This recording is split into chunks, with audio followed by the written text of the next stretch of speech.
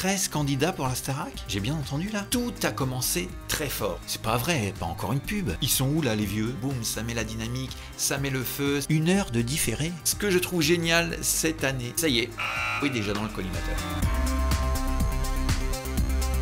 Bonjour à tous, c'est Cédric, ravi de vous retrouver dans cette vidéo un petit peu spéciale aujourd'hui puisque nous allons parler de cette nouvelle saison de la Star Academy, la saison 11 qui s'est déroulée samedi dernier sur TF1. Nous allons voir ensemble les différentes nouveautés, nous allons parler bien sûr des élèves, des professeurs et puis bien sûr de tout ce qui a changé pour cette saison numéro 11. Ça sera l'occasion pour vous de partager avec moi vos coups de cœur, ce que vous avez pensé, vous, de la Star Academy. Est-ce que c'est à la hauteur? Est-ce que ça correspond à vos attentes? Est-ce que vous trouvez que ça a été enrichissant et plaisant?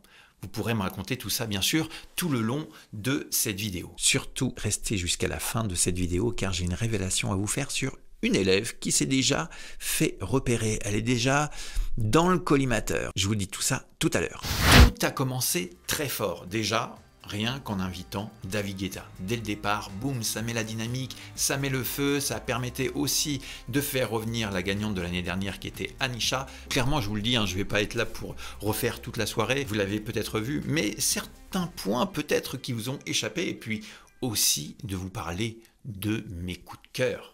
Pour cette nouvelle saison, il y a de nouveaux professeurs, pour ceux qui ne le savent pas, la prof de danse et la prof d'expression scénique. Mais il y a aussi 2 parrains qui vont les accompagner, qui sont Vita et James Blunt.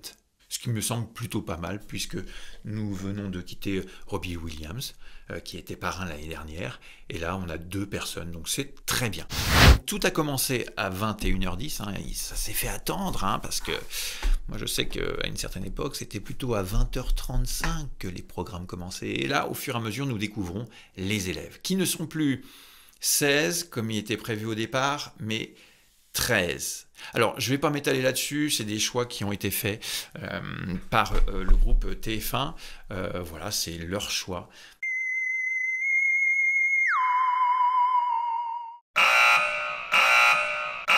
Ce qui est juste un petit peu dommage à mon sens, d'ailleurs vous allez pouvoir me dire ce que vous en pensez vous, c'est que pour les 3 qui ont été évincés vraiment très peu de temps avant le début de l'émission, ça ne doit pas être facile. Voilà, donc ça c'est le petit hic de départ, plus, bien sûr, vous l'avez peut-être remarqué, ce décalage, ce différé assez important.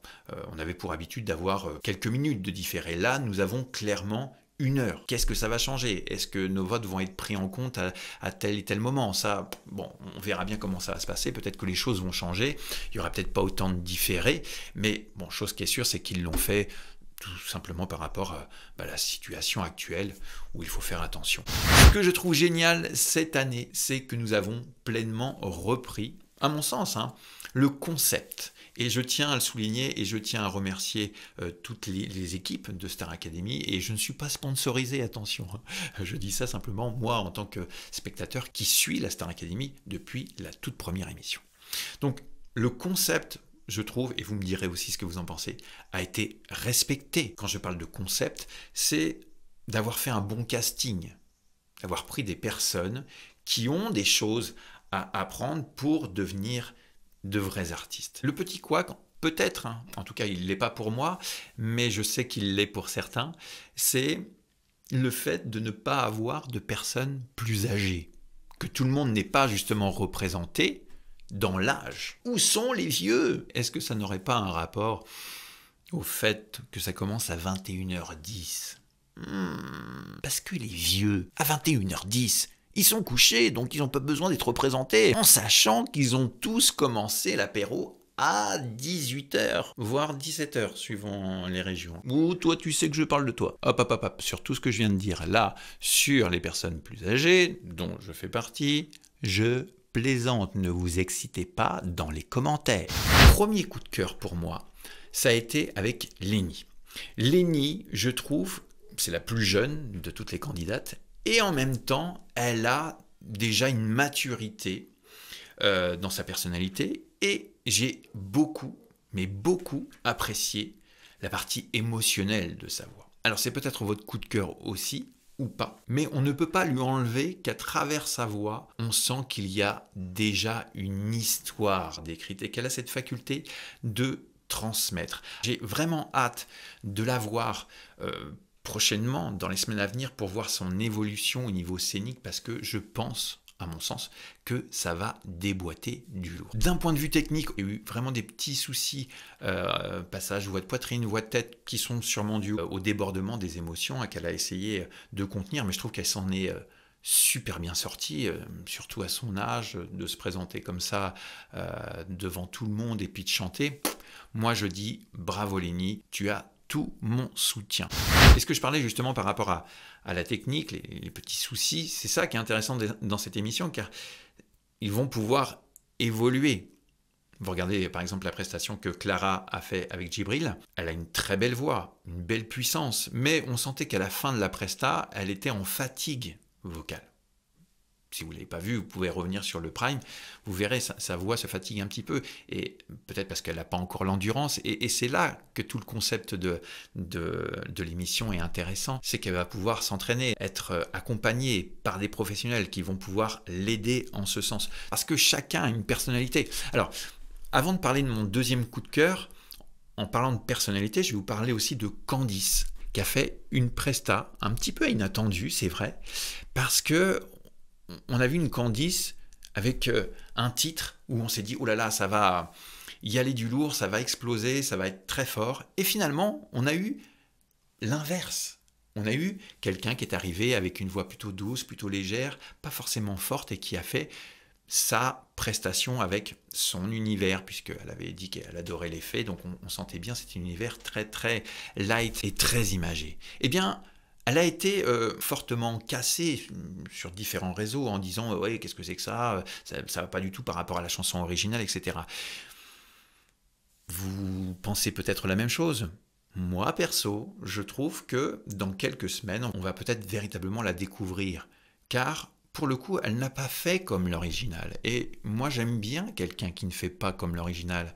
Ça veut dire que déjà on n'est pas dans le même moule, qu'on ne cherche pas à copier, qu'on essaye d'apporter son univers. Alors, soit c'est peut-être pas la plus grande des techniciennes pour le moment, mais on sent une voix rapide, agile, qui pourra vraiment se distinguer sur différents styles où elle pourra s'épanouir. Maintenant, mon deuxième coup de cœur de la soirée, et c'est pour Julien. Je suis super content d'entendre une voix timbrée, large, masculine. Pas que les autres chanteurs ont une voix féminine, non, pas du tout. Mais là, on sent un timbre riche, épais, avec des graves profonds qu'il maîtrise profondément, justement. Et j'ai adoré sa prestation. Donc pour moi, je l'encourage, je suis sûr qu'il y a plein de choses à faire avec lui. Bon, il a déjà fait 10 ans de cours de chant, je pense qu'il va pouvoir enrichir encore plus ses connaissances et développer aussi son appareil phonatoire. Et il pourra, à mon sens, régler ce que certains ont déjà dit. « Ah oui, non mais il chante faux, etc. » Alors oui, ok, mais c'est le concept de l'émission, hein, d'avoir des personnes débutantes ou intermédiaires et qui vont pouvoir évoluer. Et c'est ça qui est génial. Julien, tout mon soutien, et bien sûr, tous les autres aussi, hein, je leur souhaite plein de bonnes choses. Désolé si je ne parle pas de tout le monde et de tous les garçons, mais bah voilà, c'est mes coups de cœur et d'autres personnes que je vais découvrir au fil du temps, comme Victorien, parce que je trouve que sa timidité peut vraiment dégager quelque chose d'intéressant. Il a des notes que j'ai entendues qui, je pense, vont pouvoir s'envoler. Et puis bien sûr, sans oublier Pierre, avec sa raucité dans la voix, comment ne pas apprécier. Donc vous voyez, j'ai apprécié tout le monde, mais deux personnes en particulier sur ce lancement de la saison 11 m'ont marqué. Maintenant, je vous laisse, c'est à vous de réagir. Vous pouvez discuter avec moi dans les commentaires. J'essaierai de répondre à tout le monde. Et puis, bah, éclatez-vous comme moi, je m'éclate à regarder la Starac parce que c'est vraiment génial de voir des élèves évoluer aussi bien sur la technique vocale, hein, comment bien faire fonctionner son instrument, et scéniquement. Ah oui, au fait, l'élève qui s'est fait remarquer, c'est Margot. Margot, dès le premier Prime, Nikos, qu'est-ce qu'il lui dit? Dissipé, hein, Margot. Vous regarderez ça. Si cette vidéo vous a plu, je vous invite à la liker, à la partager, et on se retrouve dans de prochaines vidéos. Bye bye.